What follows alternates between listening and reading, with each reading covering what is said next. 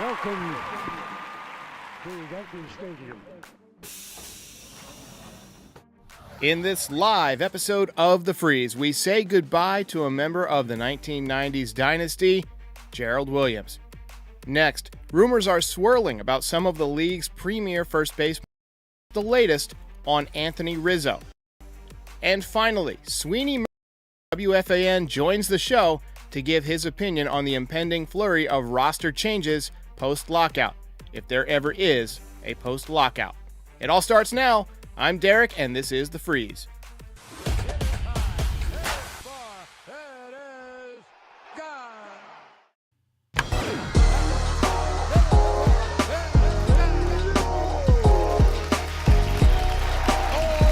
Welcome to Yankee Stadium. This is stuff that dreams are made of. Welcome back, everybody, to The Frieze by NYY Recaps Lockout Edition. I tell you what, I'm a little bit pumped tonight. I just watched Miracle, the hockey movie about the 1980 U.S. Olympic hockey team. I watch it every time that the Olympics are being played because, frankly, I don't really care for the actual Olympics. Anyway, how's everybody doing tonight? Somebody just said that Jeremy Giambi passed away. Wow, I was prepared to talk about Gerald Williams, but apparently breaking news, Jeremy Giambi passed away. That's no good. Star of Moneyball. He couldn't have been more than 45 years old or so. We do have to start off with some sad commentary tonight. Obviously, the passing of Gerald Williams. It is my sad duty to reflect on the life of one of my favorite players growing up. Member of the 90s dynasty. You know how some guys just earn a place in your heart forever? Even if statistically they weren't the best player? That's how Gerald was for me. It was the great catch to preserve Dwight Gooden's no-hitter. It was just watching him warm up in the outfield. He had such a great arm. He played for 14 years in the big leagues. He had 2 stints with the Yankees. He died on Tuesday after a battle with cancer. He was 55. That's too young. When I was a kid and I would hear about someone dying in their 50s, I would think, well, that's half a century. You know, that's a long time. That's a lifetime. But then you'd hear all the adults talking about how young they were. And I didn't understand at the time how long people lived, or really even that, you know, all people, all beings share this burden of mortality, this human condition. But now I'm 38 and I have a better understanding of what my elders meant and how young 55 really is. As we're too often reminded, nothing is guaranteed in this life, but I can promise you that should I have the good fortune to live to be 55 years old, I'll still feel like a 55-year-old boy. I'll still feel like I have decades of learning and exploring to do, as I know Gerald Williams must have felt, and I'm sure his family and his friends feel today. So never mind what he was as a player, 55 is so young. He'll always be 25 to me. That's how old he was when he broke in with the Yankees in 92. I was 9 years old and just beginning to understand the farm system and how the minor leagues worked, and the Yankees were bad at that time, so I was kind of hyped up about young guys coming up, and Gerald Williams was one of those guys who was hyped up. He was 29 years old in 1996 when he made one of the best catches you'll ever see, running down a line drive from Alex Rodriguez to preserve Dwight Gooden's only career no-hitter, and the first no-hitter I ever saw, and I'll never forget it. I'll take that to my grave. As long as I live, I'll remember that night and that catch by Gerald Williams.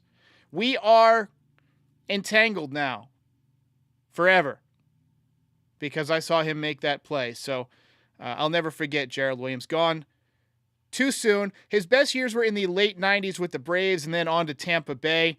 Aside from the great no-hitter, saving catch, and other memorable moments, you know, he stole home.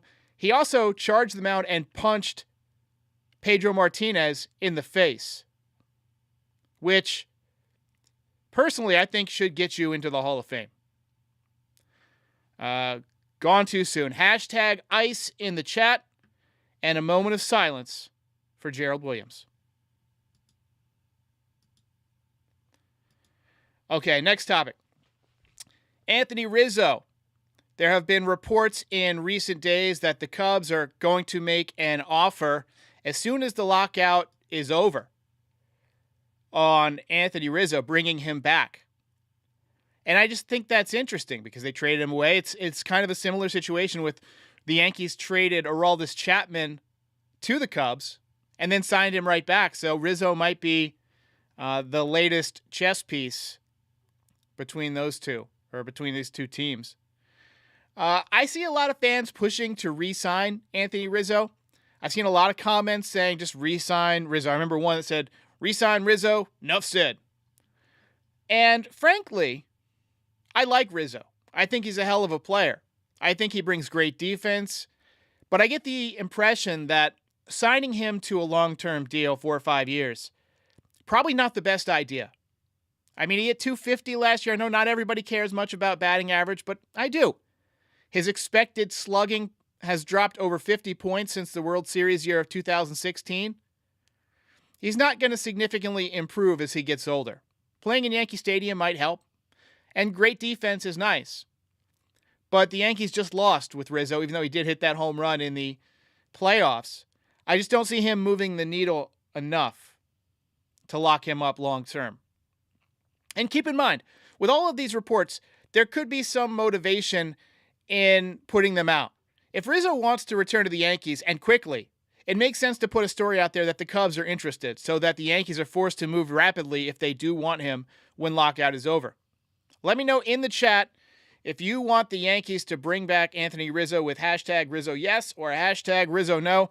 Let's take a few comments from the people in the live stream before we get on with the interview with Sweeney Murty. It's about 30 minutes long, and we cover a lot of stuff. I call it the calm before the storm because we talk about, basically the frozen state of baseball and how it's going to lead to just an epic flurry like we've never seen. So let's talk about it. I'm all yours. Let's do a little bit of let's get the sounds going. What do you guys think? Glockenspiel? Lori C says, hashtag ice. Edwin NG says, great catch by Gerald. Yeah, unforgettable catch. And he was also at the Doc Gooden no-hitter. Oh, man, that would have been a great game. I remember watching that game on my couch, and it was just, I was so into it. I realized around the 3rd or 4th inning that he had a no-hitter, as I always do. I always think about it right around the 3rd or 4th inning. And people say that's too early, but that's when I notice it. And when you notice it, it's impossible not to think about it. So we got Rag No Rock saying Rizzo no. Lori C saying Rizzo no. Ricardo Colon saying hi from Puerto Rico. How you doing? Hello. I personally think that, Rizzo is a solid player. And I wouldn't be terribly upset if the Yankees did bring him back. But they would have to do some other stuff, right? It just doesn't move the needle enough to bring back Rizzo unless you're also bringing in another big bat. Because I think he's going to be an okay bat. I mean, he hit, 20-something home runs this year? He hit 248. He's okay. Good defense, although he had some bad defensive moments with the Yankees. I think until you get guys like Gleyber Torres, who we're seeing right now, Aaron Hicks, until you get guys like that going, you're going to need more dynamic offensive players. To me, the only one out there that I think you have a realistic shot at getting is Matt Olson, and he's perfect. He's perfect. Lori C says, rumors have it that Rob Manfred will announce the delay of spring training tomorrow. It's awful.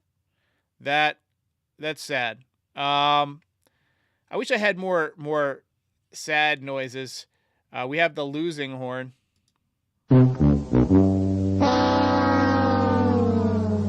Price is wrong. Everyone kind of saw this coming. We've talked about it. that the season, it was probably going to be delayed. At least spring training would be delayed because these two sides are just going at it so furiously. But to hear that it's actually happening is still somewhat disheartening. It's kind of like when you hurt yourself real bad and you go to the doctor and you're like, getting x-rays or whatever, and you're going to have a broken leg or a broken arm or whatever, but then you get the news, it's like, oh, damn, I'm going to be in a cast. That's what it's the bad news we knew was coming. Connor Hutchison says, say thank you for the time and effort you put into everything as a Yanks fan. You're my favorite outlet to watch, so please keep up the great word. I don't know what to do if you stop posting. Well, I appreciate that very much, Connor. That's very kind words. Let's get a round of applause for Connor.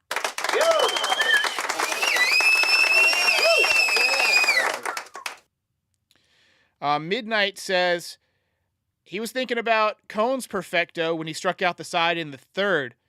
So your point, it's not too early to think about it. Now, I've been watching the Yankees since about 87, and I've been watching religiously, where I try to watch every single game. I know when every game is scheduled, and I try and be home in front of the TV or at the ballpark for that game since about 1992.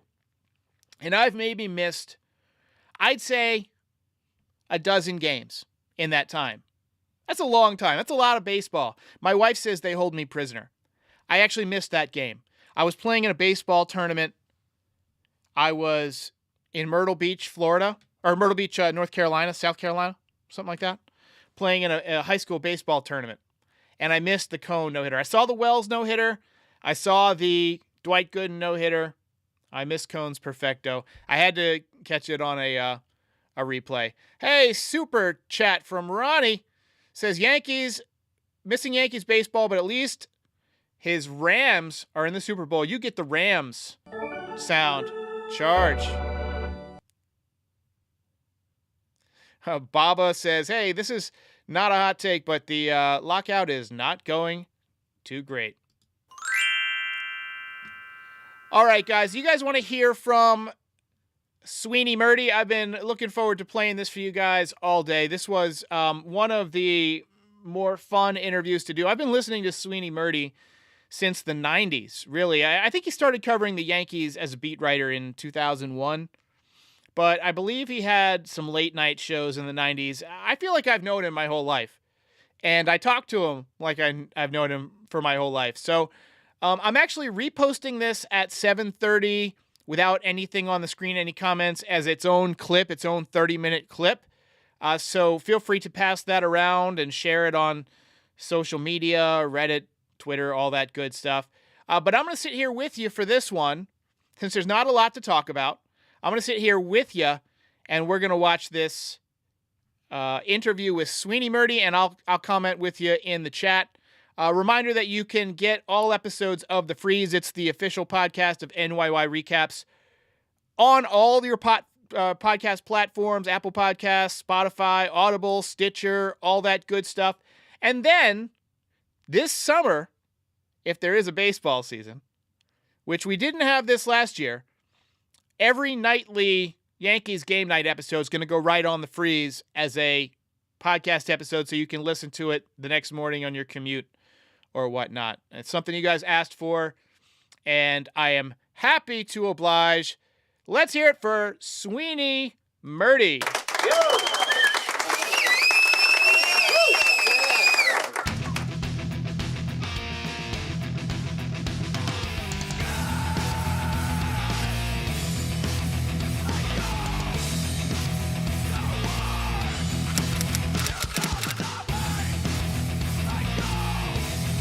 How's your winter going? Yeah, it's not bad. It's a little longer than than I'm used to. Would like to be going to training. Yeah, I think we all would. I think we'd all like to get it on. We lost Gerald Williams on Tuesday. You've, of course, been around the Yankees, been around New York for a long time. Do you have any Gerald Williams stories you'd like to share? You know, I didn't really get to know Gerald very well. My first year was 2001. He had been with the Yankees in the early mid 90s and came back actually in 2001. He was with them for the second half of the season. I forget sometime I think in maybe August they reacquired him, and he was there for the rest of the way. So he was on that 2001 team, and I would see him occasionally here and there.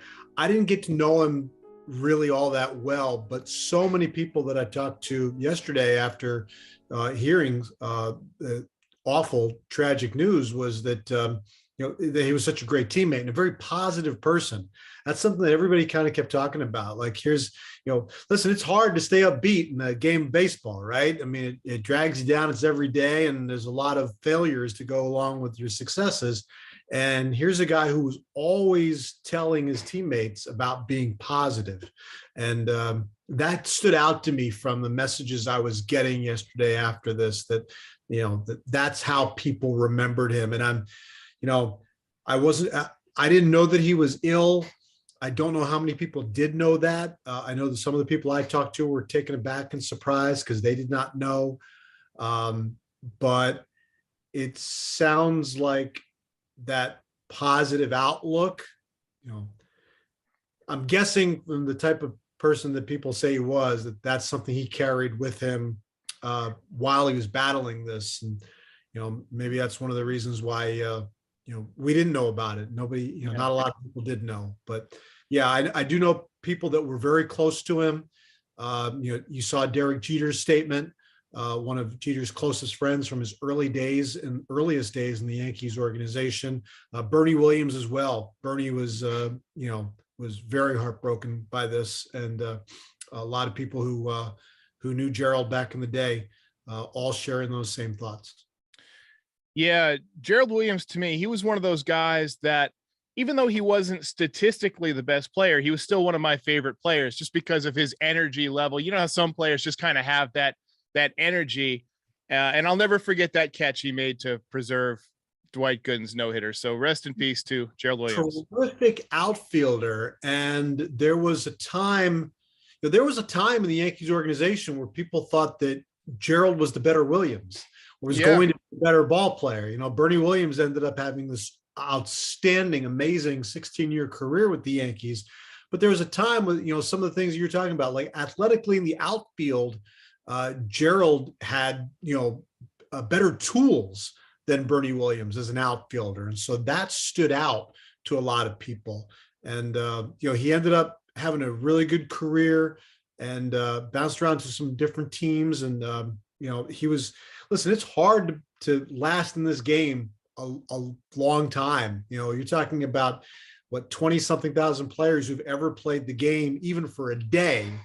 And think about the people who played it for 10, 12 years, like Gerald Williams did. It's an impactful player. It's not a superstar player. It's not a Hall of Fame player, but certainly an impactful player, and one that many people remembered yesterday. Obviously, right now, baseball is dealing with this lockout. Traffic is slow. Interest is down. It's exactly what baseball doesn't want.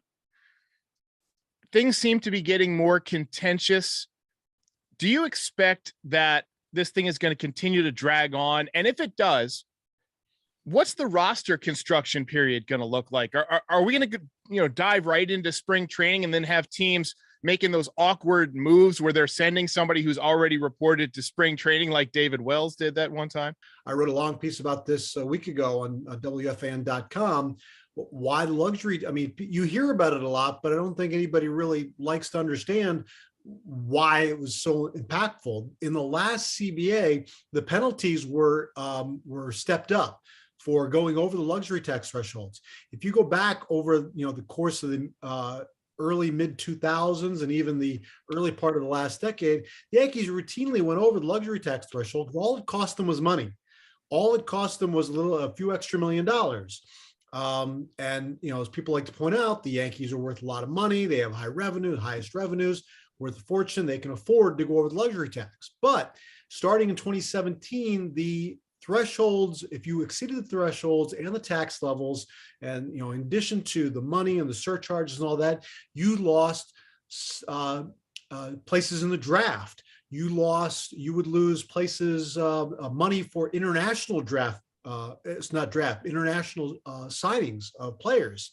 So you would lose your ability to improve your farm system by exceeding luxury tax thresholds. And you saw both the Yankees and Red Sox in different ways pull the throttle back on their spending. And a lot of it had to do with the exceeding penalties for going over. It wasn't just paying money like it was in the mid 2000s. And on top of that, if you went over the portion of money that was collected in taxes used to be divided up between funds that went to the players' pensions and another fund that helped some other programs throughout MLB, like rookie programs and domestic violence programs, things like that. Starting in 2017, that money started to be funneled elsewhere, including a portion of that was going to go to any team that did not go over the luxury tax threshold. So the more money that went into those coffers, the more money would go to your competition. And in the American League East, it's kind of unique because you have two high spending, big market teams like the Yankees and Red Sox, and a low spending, small market, very successful team like the Tampa Bay Rays. It's really unique to the AL East. It doesn't happen in any other division to that degree, where you have two high spending teams competing with a low spending team. And in essence, if you go over those thresholds and you add to that jackpot of money, it's going to go back to Tampa Bay, and they're going to take that money and they're going to buy an extra player and they're going to beat you head to head, win more games. It's kind of a fine line because you need the teams on the field to compete, but how much do you have to give them to compete against you? You need the games on the field, but you have to also pay them to help beat you because that's what they're trying to do.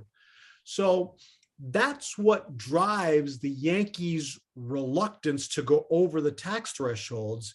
It's not some, I hear a lot about, the Yankees just want more profits. And listen, everybody wants more profits, right? They're not throwing that back.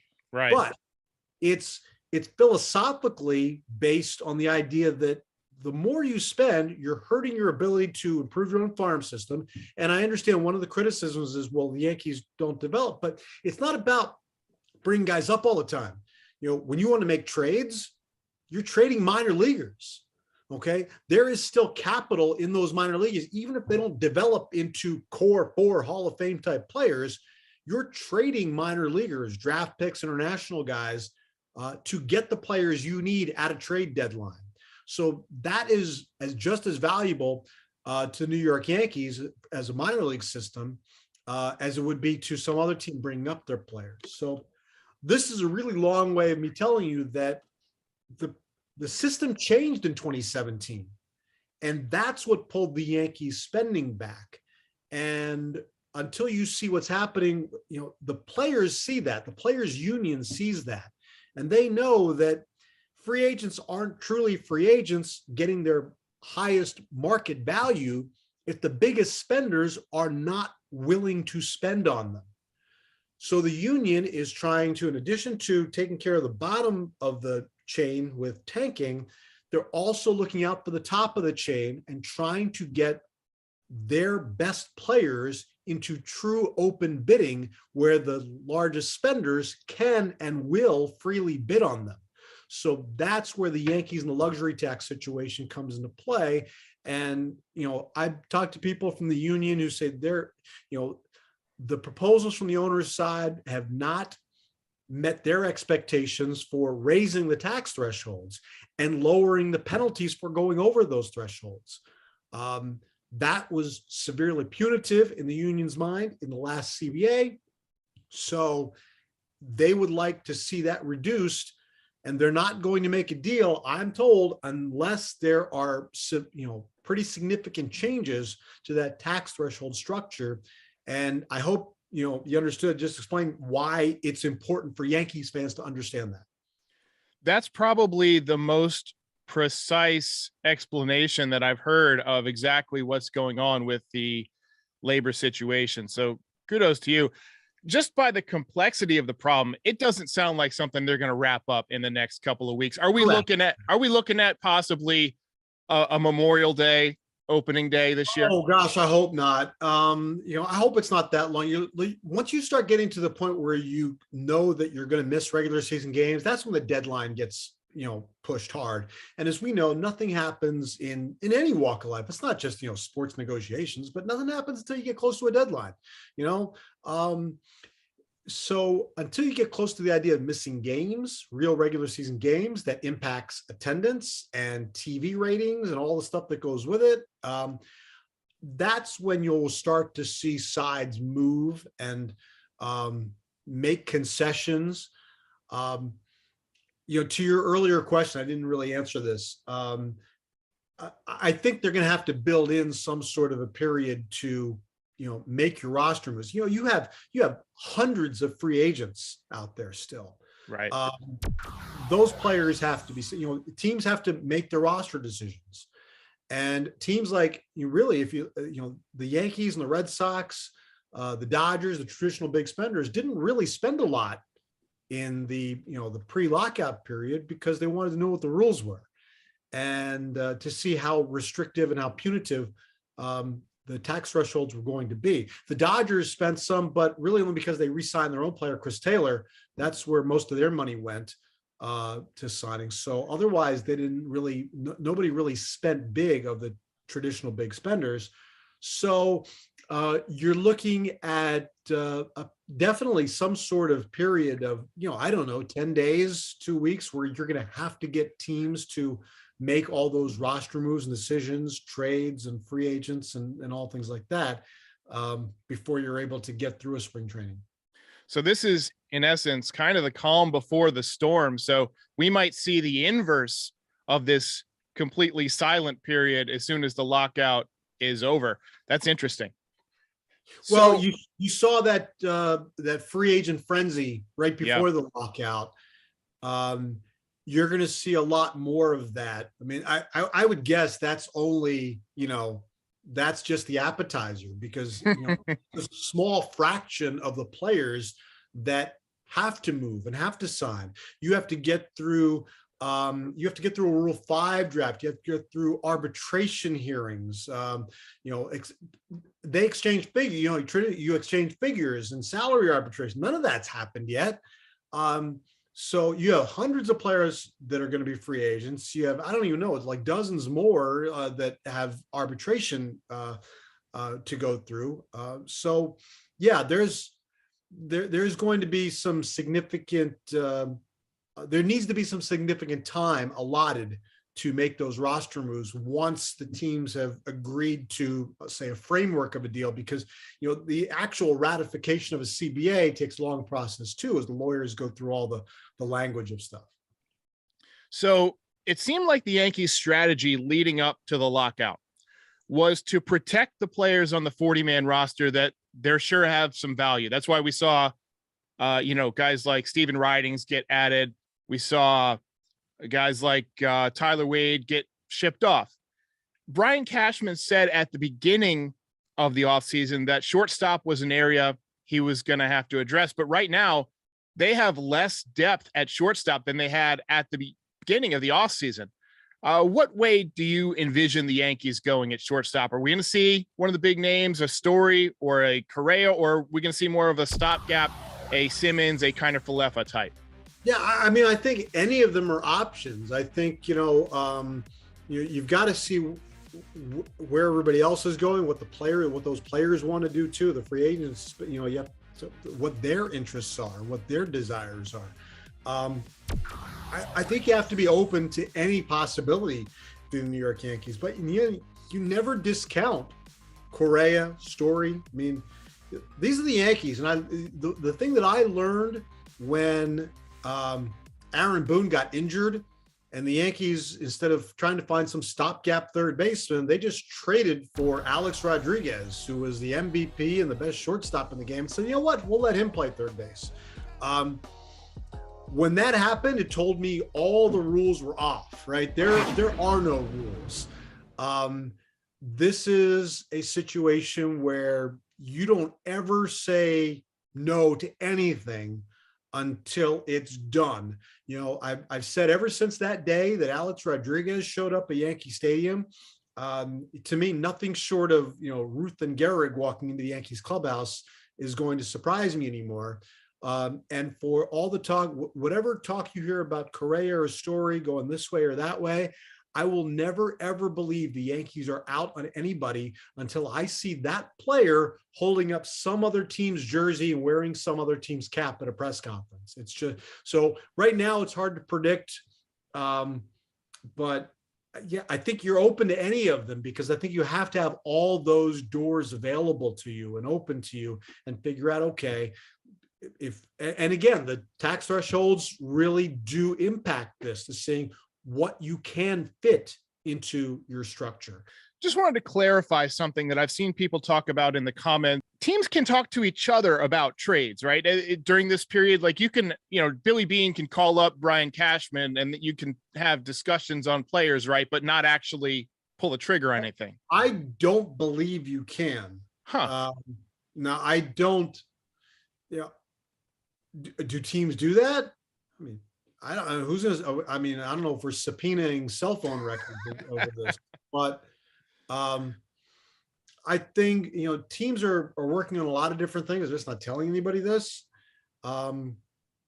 So I would doubt it. I don't believe they're allowed to discuss that. They're certainly not allowed to make the moves. Obviously, right. I do not believe they're allowed to discuss that. That's an interesting development, because that's going to take away some serious negotiation time. You wonder who that favors. Does it favor the overpay, or does it favor, my thought is, if the A's need to get some money off of their roster, right? They've got to unload some of these contracts. Does it behoove them to take less in a trade immediately following lockout if there's not much of a period for roster construction, or does it behoove them to hold on to those guys until the trade deadline and allow those negotiations to happen? It's an interesting point for sure. I think that, I looked at it more in terms of the free agents, because like a guy like Carlos Correa, who's now Scott Boras' client, the traditional strength of Scott Boras in a free agent negotiation is time. Patience. Just wait, right? Well, you're not going to have that ability. So I think how quickly that market moves and what they can do about it is going to be, pretty interesting to watch. So I don't know how to predict that, because I don't know what kind of time you're talking about, but that's always been the hammer for a player and an agent, is just time. I mean, you saw it with Harper and Machado a couple of years ago. They waited into February to sign after a full off season of just waiting before finally getting their deals. I don't know. It's an interesting question you present for sure about, like, how does that impact the trade potential?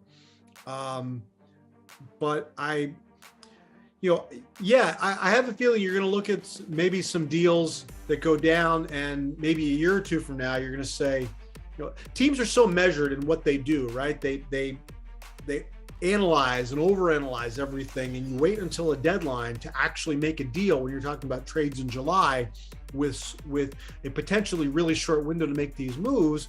I think you have potential to see some aggressiveness and maybe some overreaching in certain instances. And maybe a year or two from now, you say, wow, that was a really bad trade. That was a really good trade, or whatever. You don't do that so much anymore, because teams are so, they're so choosy about what they're doing. They're analyzing these things to a great degree, to where they probably don't fall on too far on one side or the other anymore. Yeah, I mean, just given the numbers and the short amount of time that we're going to have, I think it's just going to be an unprecedented time in baseball history over these next, several weeks as this unfolds. I know we're getting a little bit short on time, so I wanted to bring up a couple of other items. Had Luis Severino been healthy for the past few years, I mean, he would slot in obviously as your number two. Do you think the Yankees are planning on using him as the number two, given his health issues over the last couple of years? We saw him out of the bullpen last year. I think there's no doubt that he still projects as a starter? He looked much stronger last year when he came back. Or do you think the Yankees might try and you said anything's possible, might try and supplement the rotation with somebody in between Cole and Severino and Montgomery, somebody like a Rodon, to try and strengthen out the bullpen if you're unable to really reinforce the offense? Yeah, I think they're always looking out for a pitcher like that. I don't think it means anything in terms of Luis Severino. I don't think, let's say, for example, they sign one of these guys you're talking about. I don't think they say, well, Luis, now you can start pitching like a number 4 or number 5, because we have, I mean, you go out there, you're pitching to be, your best. And I think the Yankees hope that he returns to some sort of form they saw a couple of years ago that projects him as a number 2 or number 3 type of starter behind Garrett Cole. They can certainly look to add pitching and probably will at some point. But I'm excited to see what Luis Severino can bring you back healthy again, because he's, it's been so long since we saw him.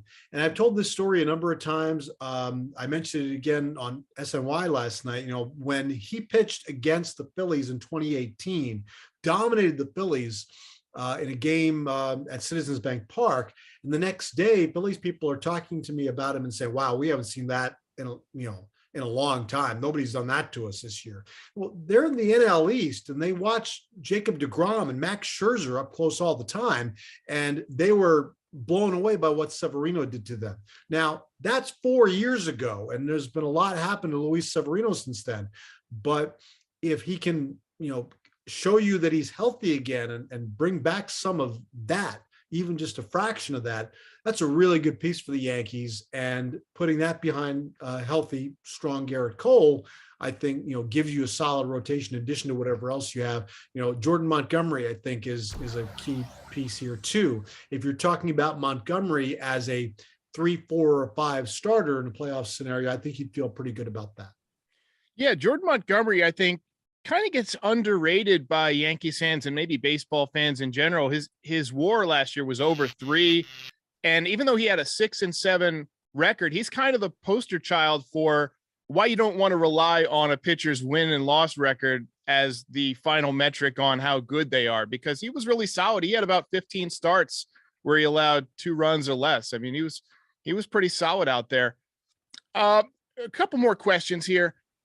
We've seen a lot of reports recently on Freddie Freeman. We saw the report on Anthony Rizzo possibly going back to the Cubs. But if teams are unable to speak to players and speak to each other, it sounds like about trades or whatnot, where are these stories coming from? And is it commonplace for, I guess, teams to put out stories in order to kind of shift the narrative and create doubt in negotiations?